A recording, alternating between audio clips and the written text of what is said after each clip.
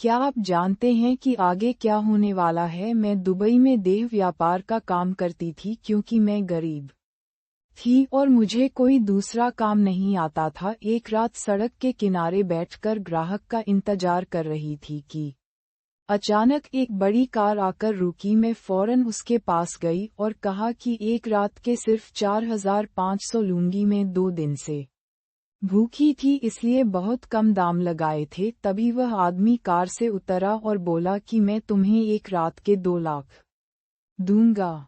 मेरी खुशी का ठिकाना नहीं रहा। मैं तुरंत उसकी गाड़ी में बैठ गई। गाड़ी एक बहुत बड़े बंगले के सामने रुकी। जैसे ही मैं अंदर दाखिल हुई तो चारों तरफ की बत्तियां जगमगा उठी क्योंकि वहां तो बहुत सारे। मैं चुपचाप सड़क पर चल रही थी। मेरा दिल और दिमाग दोनों शून्य हो चुके थे। सर्दियों की यह रातें मेरे लिए बहुत भारी पड़ती थी। ठंड के मौसम में हल्का कपड़ा पहने सड़कों पर घूमना बहुत कठिन था। थोड़ा आगे बढ़ी ही थी कि भूख ने फिर से मुझे बेहाल कर दिया। 2 दिन हो गए थे मैंने कुछ नहीं खाया था। जब कभी ज्यादा पैसे मिलते मैं उन पैसों से जुआ खेलती और हमेशा हार जाती थी। पिछली बार भी यही हुआ था। मेरे पास जो भी पैसे थे सब खत्म हो गए थे। अब मैं भूख से तड़प रही थी। मेरे जैसी सड़क पर काम करने वाली औरतों को बड़े घरों के लोग पसंद नहीं करते थे। उनके लिए हम बीमार या गंदी समझी जाती थी। वे हमेशा ऊंची जगहों की औरतों को बुलाते थे ताकि उन्हें किसी बीमारी का डर ना रहे। जबकि मैं पूरी तरह ठीक थी लेकिन फिर भी अमीर लोगों के लिए मैं बेचारेपन की मिसाल बन चुकी थी। मेरा धंधा इतना फीका पड़ चुका था कि अब कोई उम्मीद नहीं बची थी। मैं थक कर वहीं बैठ गई और मन ही मन प्रार्थना करने लगी कि आज किसी तरह मुझे खाने के लिए कुछ मिल जाए, नहीं तो मैं भूख से मर जाऊंगी। कुछ देर बाद एक कार मेरे सामने आकर रुकी। मैं तुरंत अपनी जगह से उठी और भागकर कार के पास पहुंची। दिल में हजारों ख्याल दौड़ रहे थे और होठों पर बस एक दुआ थी कि आज कोई काम मिल जाए। मैं कार के पास पहुंची तो उसका शीशा नीचे हुआ। अंदर बैठा आदमी बहुत अमीर लग रहा था। वह कुछ कहता उससे पहले ही मैं शीशे की तरफ झुककर बोली, साहब सिर्फ 4,500 लूंगी, इससे ज्यादा नहीं। मैं बहुत मजबूर हूँ, 2 दिन से कुछ नहीं खाया। आपको खुश कर दूंगी, आपको मुझसे कोई शिकायत नहीं होगी। मेरी बात सुनकर उसने सिर्फ एक नज़र मुझ पर डाली और ठंडे स्वर में पूछा, तुम्हारा नाम क्या है? मैं एक पल के लिए सुनने रह गई। आज से पहले किसी भी ग्राहक ने मेरा नाम नहीं पूछा था। वे लोग सिर्फ अपने मतलब से मतलब रखते थे। मैंने धीमी आवाज में कहा, वंशिका। ये नाम सुनकर मुझे वर्षों बाद ऐसा लगा जैसे खुद को फिर से पहचान लिया हो। वह मुझे देखते हुए बोला, पीछे का दरवाजा खोलो और बैठ जाओ, मैं तुम्हें अपने घर ले जा रहा हूँ। वहाँ बैठकर आराम से बात करेंगे। मैं थोड़ी हैरान हुई। आज तक किसी ने इस तरह मुझसे बातचीत नहीं की थी, लेकिन मुझे अब डर कैसा? जो सब कुछ खो चुकी हो उसे दुनिया से क्या डर? मैं चुपचाप गाड़ी में जाकर बैठ गई। अंदर बैठते ही महंगे इत्र की खुशबू ने मेरे मन को घबरा दिया। मैंने एक नज़र उसके हाथों पर डाली। महंगी घड़ी, महंगी गाड़ी। मुझे अनजाने में ही डर लगने लगा। मैं पहले कभी इतनी शानदार गाड़ी में नहीं बैठी थी। दुबई आए 1.5 साल बीत चुके थे, लेकिन अब तक मेरे पैर ही मेरा सहारा थे, या कभी कभी कोई सस्ती टैक्सी। वह मुझे सीधे अपने मेहमान खाने की ओर ले गया। मेरी धड़कनों की रफ्तार इतनी तेज थी कि मैं खुद घबरा गई थी। एक लंबा सफर तय करके गाड़ी एक भव्य मकान के सामने जाकर रुकी। गाड़ी रुकते ही सामने मौजूद चौकीदार ने मुख्य द्वार खोल दिया। फिर वह अपनी गाड़ी सीधे अंदर ले गया और पोर्च में रोककर बोला, उतरो और अंदर जाकर बहुत ही अच्छे तरीके से पेश आना। अगर तुमने बाजारू औरत की तरह व्यवहार किया तो याद रखना, एक पैसा भी नहीं दूंगा, उल्टा तुम्हें पुलिस के हवाले कर दूंगा। मैं जैसा कहूँ वैसा ही बोलना। अपने मन से कोई बात मत कहना। अगर तुमने मुंह खोला तो याद रखना, जहां आए हो वह किसी सजा से कम नहीं है। ये सब सुनकर मैंने कहा, अगर यहाँ मेरा रहना खतरनाक है तो मैं चली जाती हूँ, ऐसे काम से अच्छा है मैं भूखी रह लूं। वह बोला, ये सब तुम्हें मेरी गाड़ी में बैठने से पहले सोचना चाहिए था, अब बिल्कुल चुपचाप अंदर चलो। उसकी बात सुनकर मैं कुछ पल चुप रही, फिर उसे देखकर बोली, क्या आप मुझे खाने के लिए कुछ देंगे? मैं 2 दिन से कुछ भी नहीं खाया ना पिया, मुझे बहुत भूख लगी है, जिससे बिल्कुल ताकत नहीं बची है। अगर आप मुझे कुछ खाने को देंगे तो मैं वादा करती हूँ आपको कभी निराश नहीं करूँगी, बल्कि आपकी उम्मीद पर पूरी उतरूंगी। मेरी बात सुनकर उसने सख्ती से कहा, मैंने कहा है गाड़ी से उतरो, और अगर अब तुमने आवाज निकाली तो भगवान की कसम इसी जमीन में गाड़ दूंगा। उसकी बात सुनकर मैं कुछ देर के लिए डर गई थी, इतने समय में मेरे साथ ऐसा कभी नहीं हुआ था। मैं चुपचाप गाड़ी से उतर गई। वह भी अपनी गाड़ी से उतरकर एक गार्ड को बोला, गाड़ी को पार्क कर दो और कोई अनजान व्यक्ति आए तो दरवाजा मत खोलना, पहले मेरी अनुमति लेना। इतना कहकर उसने मेरा हाथ थामा और सीधे अंदर की ओर बढ़ गया। मेरा दिल धड़कने लगा। वह मुझे लिए सीधे मुख्य हॉल में गया, जहां पहले से ही बहुत सारे लोग मौजूद थे। प्रतिष्ठित परिवारों के लोग, सबने शानदार कपड़े पहने हुए थे। मुझे समझ आ गया था, यहाँ मुझे शायद किसी नृत्य प्रस्तुति के लिए लाया गया है, लेकिन मैंने मन में ठान लिया था कि अगर डांस करना ही पड़ा तो कर लूंगी। आमतौर पर मैं ऐसा नहीं करती थी, लेकिन आज इतनी मजबूर थी कि कुछ भी करने को तैयार थी। लेकिन कहते हैं ना कि हमारे सोचने जैसा हमेशा नहीं होता। उस व्यक्ति ने सबके सामने मेरा हाथ पकड़ा और हॉल में मौजूद सभी लोगों को संबोधित करते हुए बोला, नमस्ते महिलाओं और सज्जनों। उसके पुकारने पर सभी हमारी तरफ देखने लगे। उसने एक नज़र मुझ पर डाली और आंख मारी, फिर सबसे बोला, आप सभी को जानने की बड़ी उत्सुकता थी कि मेरी जिंदगी में कोई है या नहीं, तो आज मैं आप सभी को अपनी मंगेतर से मिलवाना चाहता हूँ। इनका नाम वंशिका है। हम दोनों एक दूसरे से बहुत प्रेम करते हैं। यह मेरी जिंदगी में 1.5 साल पहले आई थी और अब मेरी जिंदगी का बेहद अहम हिस्सा बन चुकी है। आशा करता हूँ आप सभी को मेरी मंगेतर पसंद आएंगी। मैं उसे हैरानी से निहार रही थी। मुझे बिल्कुल अंदाजा नहीं था कि वह इस तरह मेरी पहचान सबके सामने करा देगा। मैं कुछ कहती उससे पहले ही एक महिला पास आई और उस व्यक्ति का हाथ पकड़कर बोली, अरे कैसी बातें कर रहे हो, पागल हो गए हो क्या? तुम एक सड़क पर मिली लड़की को अपनी मंगेतर बता रहे हो? तुम्हें हो क्या गया है? तुम्हें पता है आज तुम्हारा रिश्ता कितने बड़े घर से आया था? बेवकूफ़ी भरे काम मत करो। साहब से कहो कि तुम मजाक कर रहे थे। उसकी आवाज़ बहुत धीमी थी, इतनी धीमी कि सिर्फ मैं और वह आदमी सुन सकते थे। तभी अचानक उसने ऊंची आवाज में कहा और सब की ओर देखते हुए बोला, आप सबको अचंभा होगा, मेरी माँ कह रही है कि आज मेरे लिए रिश्ते आए हैं और उनके मुताबिक मुझे अपनी सगाई से पीछे नहीं हटना चाहिए। लेकिन माँ, ऐसा नहीं हो सकता। मोहब्बत इंसान को सिर्फ एक बार होती है और मुझे तो हो चुकी है। मैं वंशिका के बिना रह भी नहीं सकता। बेहतर होगा कि आप मेरी जिंदगी में दखल देकर उसे मुश्किल ना बनाएं। मेरा हाल बेहाल था। मुझे लगा जैसे मेरे हाथ पांव ठंडे पड़ने लगे हो। अचानक उसने मुझे देखते हुए कहा, देखा तुमने वंशिका, तुम हमेशा कहती थी कि मेरी मोहब्बत अधूरी है। अब खुद देख लो मैं तुमसे कितना प्यार करता हूँ। सबके सामने मैंने तुम्हें अपनी मंगेतर कहा है और आज ही पंडित जी को बुलाकर शादी करूँगा। देखता हूँ मुझे कौन रोकता है। उसने यह बात साफ साफ अपनी माँ को सुनाई थी। मैं उस आदमी से पूछना चाहती थी कि उसके दिमाग में चल क्या रहा है, लेकिन माहौल ऐसा था कि मुझे मजबूरी में मुस्कुराना पड़ा और इस नाटक का हिस्सा बनना पड़ा। मुझे किसी भी तरह खाना और पैसा चाहिए था। अब वह अपने हित के लिए मुझे इस्तेमाल करें या किसी और कारण से, मुझे अब परवाह नहीं थी। मैं तुरंत बोली, जैसा आप कहेंगे वैसा ही होगा। अगर आप मुझसे शादी करना चाहते हैं, वह भी अभी, तो मैं तैयार हूँ। मेहमान भी हैं और मौका भी है, मैं इनकार नहीं करूंगी।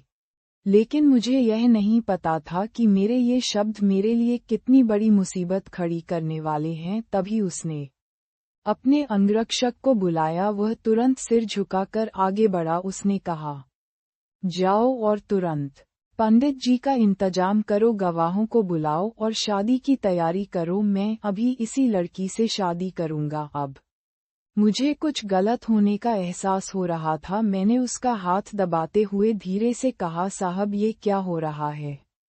मैं तो एक साधारण औरत हूँ।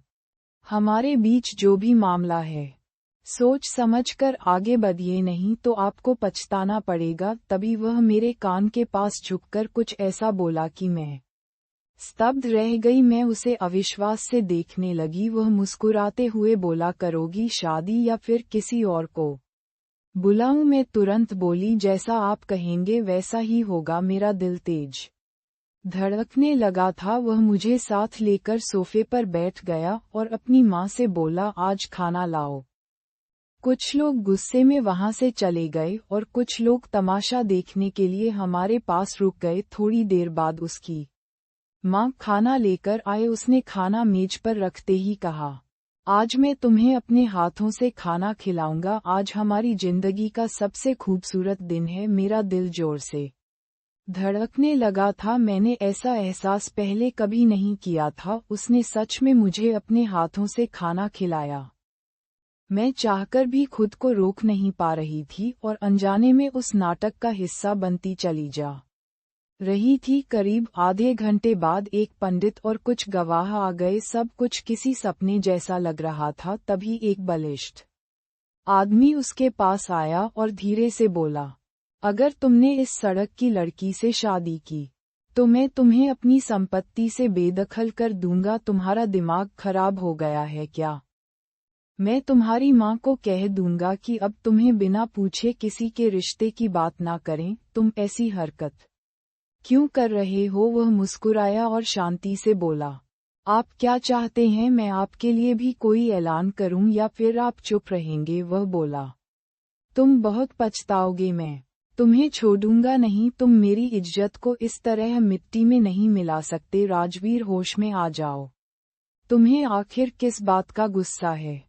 राजवीर ने कहा, मैं इस लड़की से प्रेम करता हूँ और इसके अलावा कोई बात नहीं। बेहतर होगा जो हो रहा है उसे होने दो। जैसे ही पंडित जी पास आए, राजवीर अपनी जगह से उठ गया। उसने उनसे हाथ मिलाया और उन्हें एक और ले गया। दोनों मिलकर शादी के बारे में कुछ बातचीत करने लगे। मुझसे केवल मेरे पिता का नाम और उम्र पूछी गई। इसके अलावा कोई और सवाल नहीं किया गया। मेरे दिल की धड़कनें बहुत तेज थी। ये सब मुझे एक सपना लग रहा था।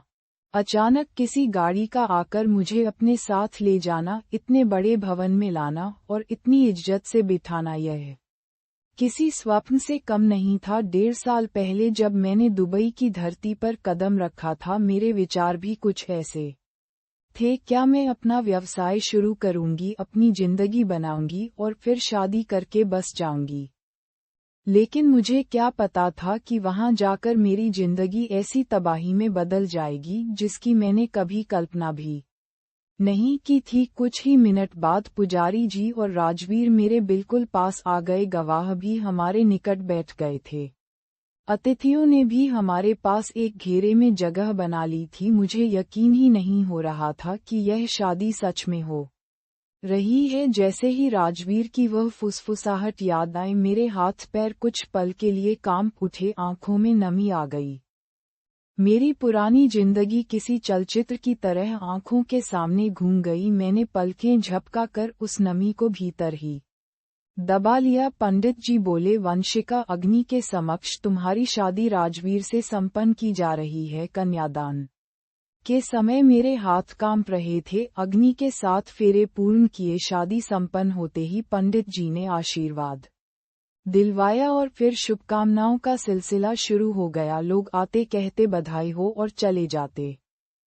शादी की सारी रस्में पूरी होने के बाद मैं सिर झुकाकर बैठ गई। मेरा मन वहां से भाग जाने को हो रहा था, लेकिन परिस्थितियां ऐसी थी कि मैं हिल भी नहीं सकती थी। कुछ समय बाद राजवीर ने कहा, चलिए मैं आपको कमरे में छोड़ आता हूँ, आप आराम कर लीजिए, फिर मैं मिलूंगा। मैंने मुश्किल से सिर हिलाया। वह मेरा हाथ पकड़कर सीढ़ियों की ओर बढ़ा, एक कमरे का दरवाजा खोलकर बोला, अंदर जाकर शांति से सोफे पर बैठ जाए। मुझे लगभग आधा घंटा लगेगा, फिर आकर आपसे बात करूंगा। ये कहकर वह नीचे चला गया। मैं धड़कते दिल के साथ अंदर दाखिल हुई। कमरे में नजर दौड़ाई तो लगा मानो किसी छोटे महल में हूँ। इतना भव्य कमरा मैंने पहले कभी नहीं देखा था। दीवार पर उसकी बड़ी सी तस्वीर टंगी थी जिसमें वह दुबई के एक शानदार रेस्टोरेंट के सामने खड़ा था। कमरा बेहद सुसज्जित था, मुलायम बिस्तर, सुंदर पर्दे और महंगी सजावट। मैं शांति से उसके आलीशान सोफे पर बैठ गई और उसका इंतजार करने लगी। जिंदगी इस तरह बदल जाएगी, मैंने कभी नहीं सोचा था। जो लड़की कभी सड़कों पर रात गुजारती थी, आज एक महल में अकेली बैठी थी। थोड़ी ही देर बाद बाहर से शोर सुनाई दिया। मन हुआ जाकर देखूं, लेकिन मैंने खुद को रोका। बेवजह बाहर निकलती तो शायद वह गुस्सा होता। मैं अब और कोई उपकार नहीं चाहती थी। करीब आधे घंटे बाद दरवाजे पर दस्तक हुई। मुझे लगा राजवीर आया होगा, लेकिन एक नौकरानी थी। उसने कहा, मैडम आप आराम कर लीजिए, साहब ने कहा है वे सुबह तक आएंगे। वे एक काम से बाहर जा रहे हैं। अंदर से दरवाजा बंद कर लीजिए, जो भी चाहिए बेड के पास रखे फोन से मंगवा सकती हैं। मैंने चुपचाप सिर हिलाया और बिस्तर पर लेट गई। इतना मुलायम बिछौना मैंने जीवन में कभी नहीं देखा था। हिंदुस्तान में मेरा अपना घर था, अपना परिवार, वहाँ बहुत आदर मिलता था, कभी अपमान नहीं सहा था। लेकिन इतना सुंदर बिस्तर वहाँ भी नहीं था। लेटते ही मैं गहरी नींद में डूब गई। जीवन की रफ्तार कभी थमी नहीं और शायद कभी थमेगी भी नहीं। मेरी आंख सुबह की भोर के समय खुली। पहले कुछ पल समझ नहीं आया कि मैं कहाँ हूँ। फिर धीरे धीरे होश आया और रात का हर दृश्य याद आने लगा। मैं चुपचाप वापस बिस्तर पर बैठ गई। कुछ क्षण बाद मन में विचार आया, क्या अब मुझे प्रार्थना करनी चाहिए? उस समय मेरा पहनावा यह अनुमति नहीं दे रहा था कि मैं किसी पवित्र और सम्मानित स्थान में उपस्थित हूँ। अचानक मेरी नज़र इंटरकॉम पर गई। तभी मुझे उस नौकरानी की बात याद आई, अगर आपको किसी चीज़ की ज़रूरत हो तो आप इंटरकॉम से बुला सकती हैं। मैंने झिझकते हुए इंटरकॉम उठाया और कान पर लगाया। कुछ सेकंड में दूसरी ओर से एक औरत की धीमी आवाज आई, जी मैडम क्या चाहिए? थोड़ा रुकी, फिर हिम्मत करके बोली, मुझे नहाने का साबुन, सलवार कमीज और सिर ढकने के लिए एक चादर चाहिए, क्या यह मिल सकता है? उसने उत्तर दिया, जी मैडम मैं अभी भेज देती हूँ, अगर और कुछ चाहिए तो बताइए। मैंने सरलता से कहा, अभी यही पर्याप्त है, और चुप हो गई। लगभग 10 मिनट बाद दरवाजे पर दस्तक हुई। दरवाजा खोलते ही एक औरत अंदर आई जिसके हाथ में वह सब चीजें थी, साबुन, सिर ढकने की चादर और कपड़े। मैं तुरंत खड़ी हो गई और उसकी ओर बढ़ी। उसने मुस्कुराते हुए कहा, आपको बाथरूम का सिस्टम चलाना नहीं आता होगा, अगर कहीं तो मैं चालू कर दूं। मैंने तुरंत कहा, थोड़ी देर पहले मैं गई थी, पर वहाँ का तरीका देखकर मैं लौट आई। वह औरत मेरे साथ अंदर गई और बड़े धैर्य से सब कुछ समझाने लगी। मैंने ध्यान से एक एक बात सीखी, क्योंकि अब कुछ दिन मुझे यहीं रहना था तो यहाँ के तौर तरीके जानना जरूरी था। वह सब समझा कर चली गई। मैंने शांति से नहाया, फिर कपड़े बदले और बाहर आए। जब आईने में खुद को देखा तो आंखों में हल्की नमी भर आए। ऐसा लगा मानो 1.5 साल बाद मैं पुरानी अपने आप को देख रही हूँ, जो मुस्कुराती थी, अपने घर वालों के साथ सुकून और सम्मान भरी जिंदगी जीती थी। मेरी बस एक भूल ने मुझे यहाँ पहुँचा दिया था। मैंने गहरी सांस लेकर चादर सिर पर ओढ़ी और खामोशी से प्रार्थना की।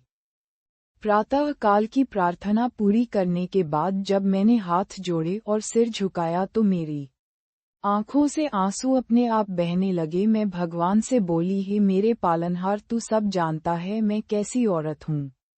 फिर भी मैं अपने किए हुए हर पाप, हर गलती के लिए क्षमा मांगती हूँ। मुझे नहीं पता जो मेरे साथ हुआ वह सही था या गलत, पर यदि यह मेरी भलाई के लिए है तो मुझे उसी व्यक्ति से जोड़े रखना।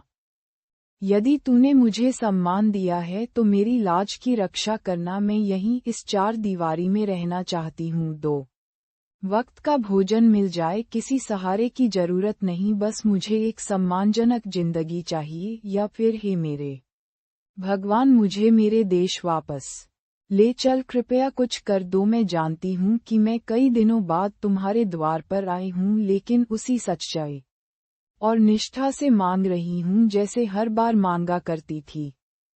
बहुत देर तक सिर झुकाकर प्रार्थनाएं करती रही और फिर कब नींद आ गई मुझे खुद नहीं पता चला। शायद इतने दिनों बाद मन को शांति मिली थी कि आंखें अपने आप बंद हो गई। समय धीरे धीरे बीत रहा था। मेरी आंख करीब 10 बजे किसी पुकार की आवाज से खुली। ऐसा लगा जैसे कोई मेरे पास बैठा मुझे पुकार रहा हो। जैसे ही आंखें खोली, सामने राजवीर घुटनों के बल बैठा था। मैं घबराकर झट से उठ बैठी।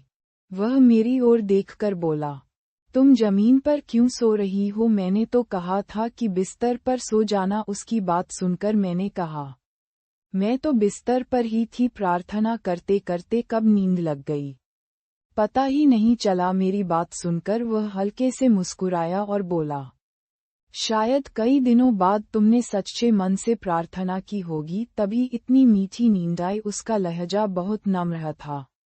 मुझे लगा था कि वह कमरे में आने के बाद ताने देगा, लेकिन ऐसा कुछ नहीं हुआ। मैंने सिर झुकाकर कहा, कपड़े नहीं थे और देवालय में इस तरह के वस्त्रों में नहीं जा सकती थी। सुबह मैंने नौकरानी से कहा तो उसने ला दिए। आपको बुरा तो नहीं लगा? उसने सिर हिलाते हुए कहा, नहीं, बिल्कुल नहीं। मैं तो तुम्हारा आभारी हूँ कि तुमने परिस्थिति को संभाल लिया। खैर, अब मैं तुम्हें कुछ जरूरी बातें समझाना चाहता हूँ। पहले कुछ खा लेते हैं, फिर बैठकर बात करेंगे। मैंने सिर हिलाकर हामी भरी।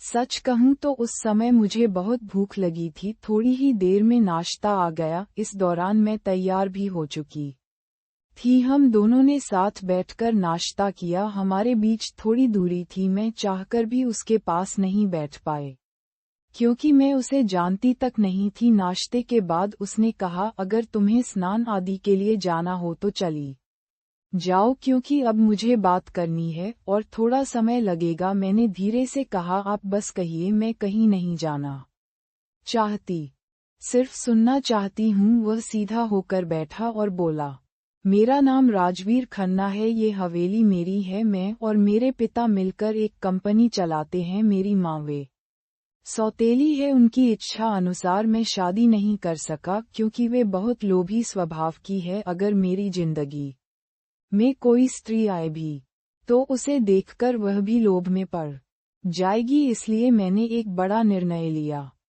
उनका इरादा था कि रात को किसी युवती को मेरे कमरे में भेज दें ताकि मुझे बदनाम किया जा सके और मजबूर किया जाए कि उसी से शादी करूं। लेकिन हमारे परिवार में ऐसे मामलों को बहुत गंभीरता से लिया जाता है। मुझे ये बात अपने एक नौकर से पता चली। दरअसल मैं शादी करना चाहता था, पर केवल औपचारिक रूप से। इसलिए मैं किसी ऐसी युवती की तलाश में था जो कुछ महीनों के लिए मुझसे शादी कर ले और फिर अलग हो जाए।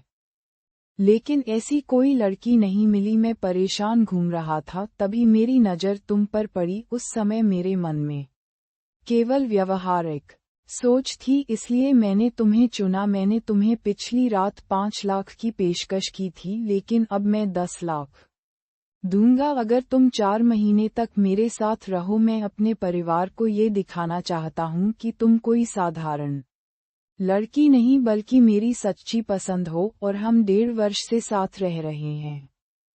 मैंने शांत स्वर में कहा, 1.5 वर्ष ही क्यों कहना चाहते हैं? आप 2 वर्ष भी तो कह सकते हैं। ना जाने क्यों मुझे किसी अनहोनी का आभास हुआ था। कुछ पल के लिए उसके चेहरे पर एक छाया सी गुजरी थी। वह बात को टालते हुए बोला, नहीं, बस वैसे ही मैंने कह दिया। खैर, अभी के लिए मैं तुम्हें 2 लाख दूंगा और फिर हर महीने थोड़ा थोड़ा करके पैसे देता रहूंगा। हो सकता है अगर तुमने अभिनय में अच्छा काम दिखाया तो मैं तुम्हें 10 लाख से भी ज्यादा दे दूं। तुम अपनी जिंदगी को बेहतर बना सकोगी और मैं तुम्हारे लिए एक अच्छा काम और कर सकता हूँ, तुम्हें एक अच्छी जगह नौकरी दिला दूं ताकि तुम सारी जिंदगी सुरक्षित और सम्मानित जीवन जी सको। उसकी बातें सुनकर ऐसा लगा जैसे 1.5 साल बाद मेरी जिंदगी पलट गई हो। मैं उसे देखते हुए बोली, मैं हमेशा आपकी आभारी रहूंगी। मैं शब्दों में बयान नहीं कर सकती कि आप मेरे लिए कितना कर रहे हैं। मैंने धीरे से कहा, आप जितने महीने कहेंगे मैं आपके साथ रहने को तैयार हूँ। वैसे भी मेरे पास रहने की कोई जगह नहीं है, सड़कों पर ही अपना गुजारा करती हूँ। कई दिन ऐसे भी गुजरते हैं जब मैं भूखी सोती हूँ। अगर आप मुझे अपने घर में पनाह देंगे तो मैं आपके लिए कुछ भी करूँगी। मेरी बात सुनकर कुछ पल के लिए उसके चेहरे पर एक उदासी उतर आई। फिर वह अपनी जगह से उठते हुए बोला, मैं तुमसे कुछ नहीं चाहता, बस तुम्हें एक सुकून भरी जिंदगी देना चाहता हूँ। जितना मुझसे हो सके उतनी अपनी गलती की भरपाई करना चाहता हूँ। ये कहकर वह ठहरा नहीं, कमरे से चला गया। मैं उसके पीछे बस देखती रह गई। वह क्या कहकर गया था यह मुझे ठीक से समझ नहीं आया, लेकिन मेरा दिल इतनी तेजी से धड़कने लगा कि लगा अगर यह रफ्तार यूं ही रही तो दिल रुक जाएगा। जरूर कुछ था जिसने मुझे मेरे अतीत में वापस खींच लिया, उस दर्दनाक हिस्से में जिसे याद करते ही मेरी हालत बिगड़ जाती थी। मैं जो एक सरदार परिवार की बेटी थी, मेरे पिता कारखाने के ठेकेदार थे, सब लोग हमारी इज्जत करते थे। मेरे अलावा 2 बड़े भाई और 2 छोटी बहनें भी थी। पिताजी सबको समान रूप से प्यार करते थे, लेकिन बेटियों को हमेशा विशेष मान देते थे, जैसे उनकी जान हम में बसती हो।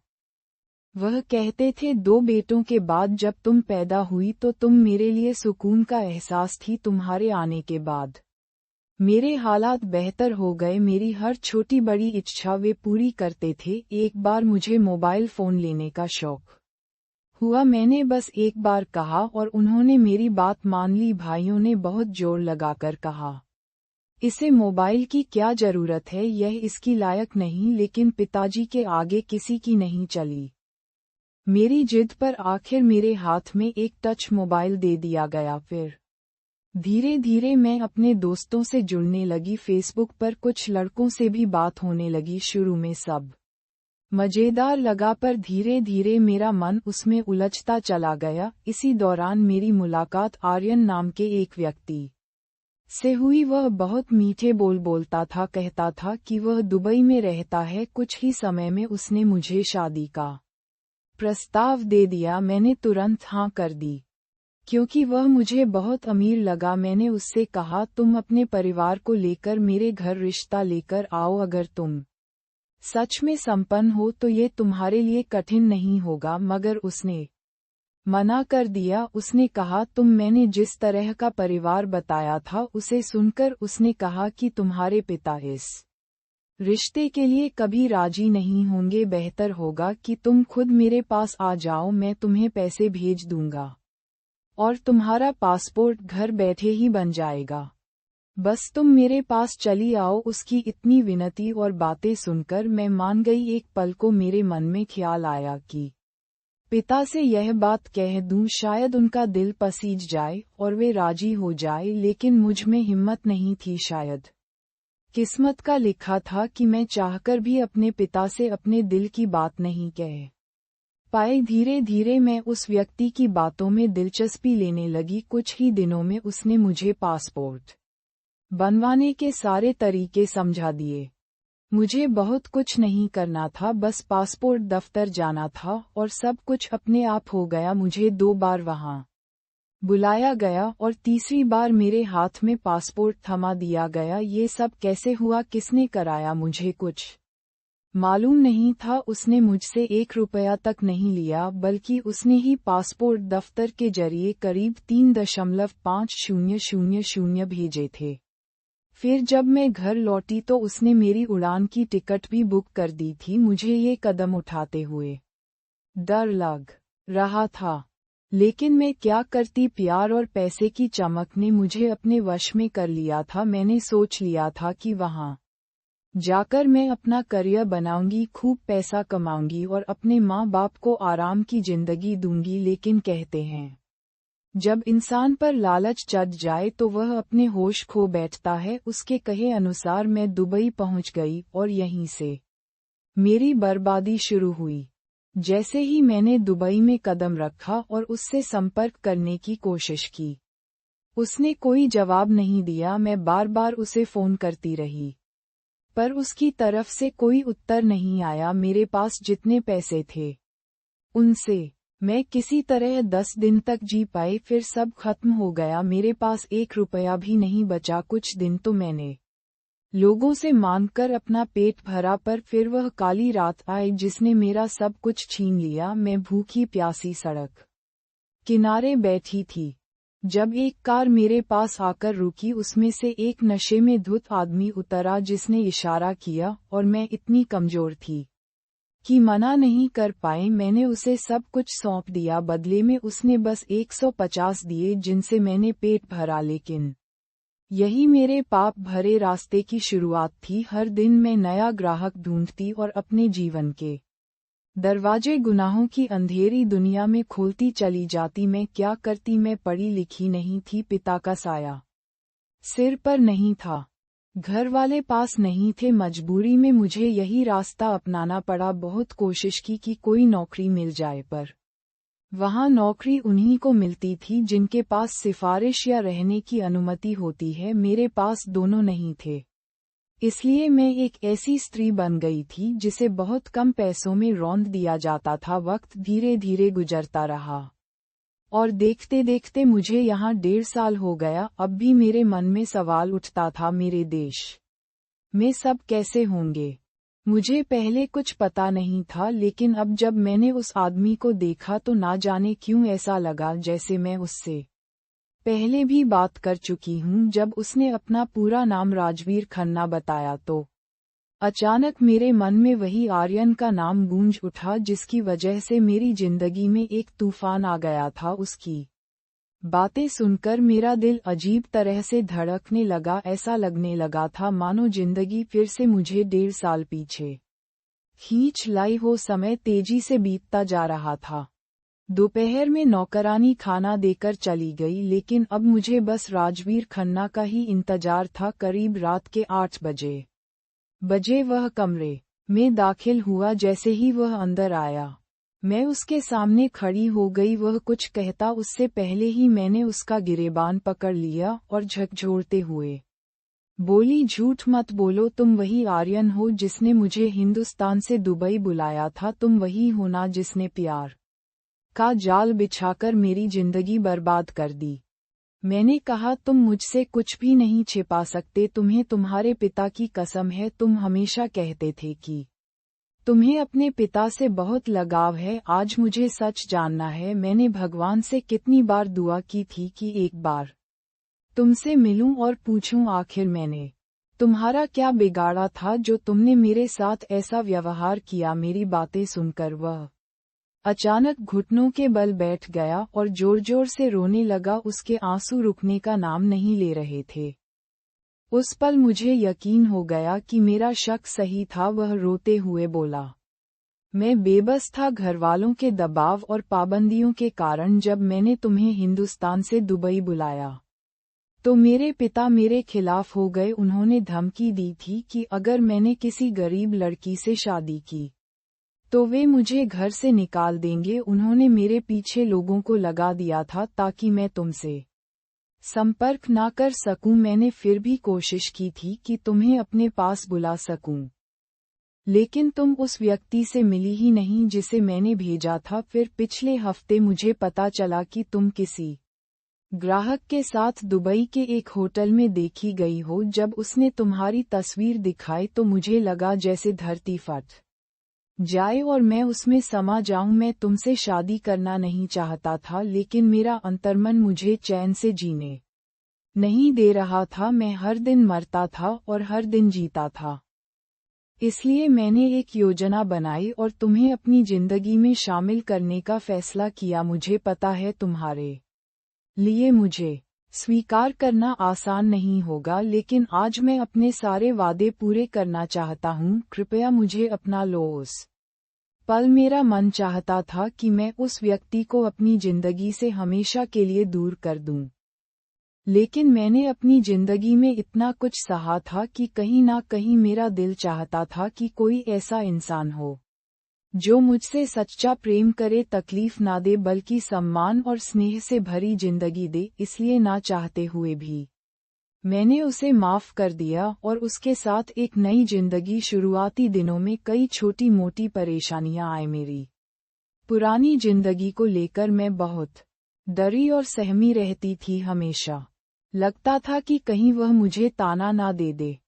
वो मुझसे जरूर कुछ बातें कहता था, लेकिन ऐसा कभी नहीं हुआ था जैसा लोग सोचते हैं। उसने मुझे एक बार भी यह नहीं कहा था कि मैं कोई गली कूचे की औरत हूँ या कि मेरा अतीत कलंकित रहा है, बल्कि वे हमेशा मुझे आदर देता था। उसकी सौतेली माँ हर वक्त मेरे पीछे लगी रहती थी, लेकिन वह मुझे उनसे बचाता था और अपने पिता के सामने मेरी इज्जत बढ़ाता था। मेरे जो सपने थे वे लगभग खत्म हो चुके थे।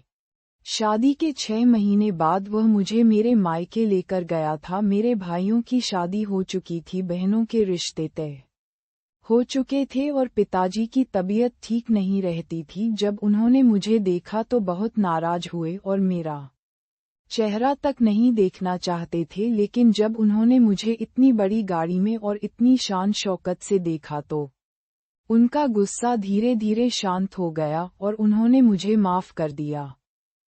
शायद मेरे मन की पवित्रता ही थी कि मुझे मेरा सब कुछ फिर से मिल गया। आज जब मैं अपनी अतीत के बारे में सोचती हूँ तो मेरी आत्मा कांप उठती है। भगवान किसी लड़की को इतनी पीड़ा और ऐसा भाग्य कभी ना दे। सच कहूँ तो आज मेरे पास सब कुछ है और मैं उसके लिए शुक्रगुजार हूँ। लेकिन जब भी मैं अपना अतीत याद करती हूँ तो मन दहल उठता है। मैं हमारी नई पीढ़ी की लड़कियों को एक संदेश देना चाहती हूँ। अपनी जिंदगी को अपने परिवार और सच्चे दोस्तों तक ही सीमित रखें, क्योंकि यह ऑनलाइन रिश्ते कभी भी सच्चे नहीं होते। इनके पीछे दिखावा और छलावा होता है जो आपको बर्बाद कर सकता है। प्यार की भावनाओं में बहकर उठाया गया हर गलत कदम एक औरत के लिए केवल और केवल अपमान का कारण बनता है और कुछ नहीं। खैर, राजवीर ने जब अपनी गलती मान ली और घुटनों के बल बैठकर मुझसे माफी मांगी तो मेरा मन शांत हो गया। एक पल को लगा कि मैं उसे दूर कर दूं, पर जिस दर्द से मैं गुजर रही थी वह प्यार, सम्मान और सुरक्षा की एक ईमानदार पेशकश के सामने फीका पड़ गया। मैंने उसे माफ कर दिया और उसी रात हमारे रिश्ते की एक नई शुरुआत हुई। वह रात थी जब मैंने पहली बार किसी व्यक्ति के साथ शांति से बिना किसी डर या मजबूरी के बिस्तर साझा किया। राजवीर अपने वादे का पक्का था। उसने मुझे पत्नी का पूरा सम्मान दिया।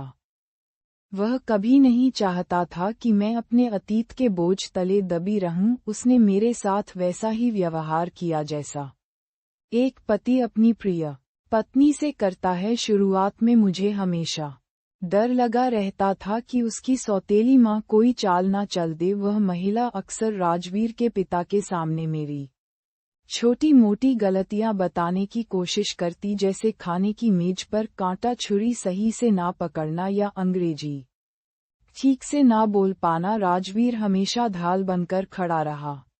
एक बार सौतेली माँ ने ताना मारा, ये किस तरह की बहू ले आए हो राजवीर, जिसे मैनर्स तक नहीं आते। पता नहीं कहाँ की सड़क छाप लड़की है। ये सुनकर राजवीर ने बिना गुस्सा किए जवाब दिया, माँ वंशिका मेरे लिए दुनिया की सबसे अनमोल चीज है। वह दिल से अमीर है और मुझे उसी से प्यार है। रही बात मैनर्स की तो मैं सिखा दूंगा, आप चिंता ना करें। ये सुनकर वह महिला चुप हो गई। राजवीर के पिता, जो एक गंभीर और सिद्धांतवादी व्यक्ति थे, धीरे धीरे मुझ पर भरोसा करने लगे। उन्होंने देखा कि मैं घर के बड़े बुजुर्गों का आदर करती हूँ और राजवीर को खुश रखती हूँ। 6 महीने बाद जब राजवीर मुझे मेरे मायके ले गया, तब मेरे पिता ने भी मुझे माफ कर दिया। जब उन्होंने देखा कि मैं एक आलीशान गाड़ी में पूरी इज्जत और शान के साथ आई हूँ तो उनका गुस्सा धीरे धीरे पिघल गया। मेरे पास अब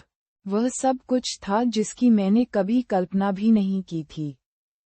प्यार, सुरक्षा, सम्मान और एक भविष्य। राजवीर ने वादा किया था कि मैं अपनी जिंदगी बेहतर बना सकूंगी। एक दिन राजवीर मेरे पास आया और बोला, वंशिका, मैं तुम्हें केवल एक पत्नी बनाकर घर में बंद नहीं रखना चाहता, मैं चाहता हूँ कि तुम अपनी जिंदगी का उद्देश्य खुद चुनो। मैंने पूछा, क्या आप मुझे नौकरी दिलवाना चाहते हैं? वह मुस्कुराया, नौकरी से पहले मैं चाहता हूँ कि तुम अपनी पढ़ाई पूरी करो।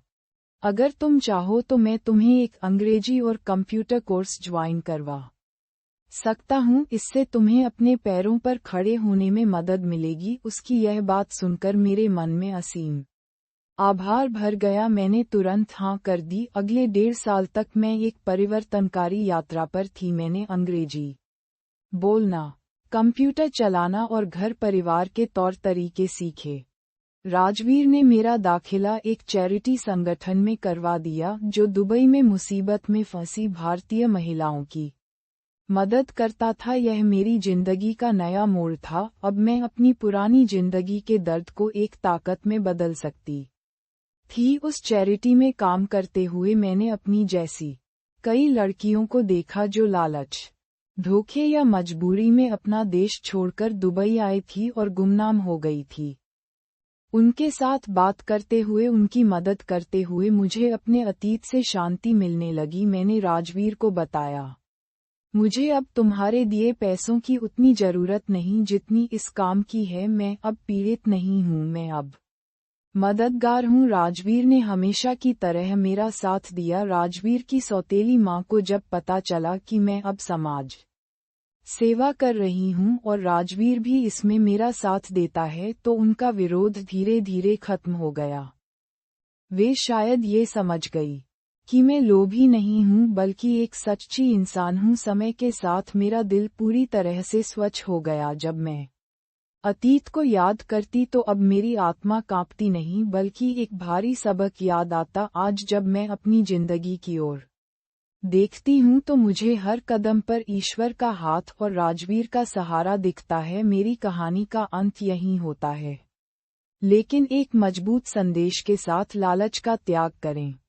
10 लाख या किसी भी तरह के पैसे की चमक में अपनी आज़ादी और सम्मान ना बेचें। आज़ादी अनमोल है। इंटरनेट पर विश्वास ना करें। ऑनलाइन रिश्ते, खासकर अजनबी पुरुषों द्वारा दिए गए शादी के प्रस्ताव अक्सर झूठे वादे होते हैं। भावनाओं में ना बहें। परिवार की इज्जत करें। आपके माता पिता ही आपके सच्चे शुभचिंतक हैं, उनसे कोई बात ना छुपाए। खुद को शिक्षित करें। अपनी पढ़ाई और कौशल पर भरोसा रखें। किसी पर निर्भर ना रहे।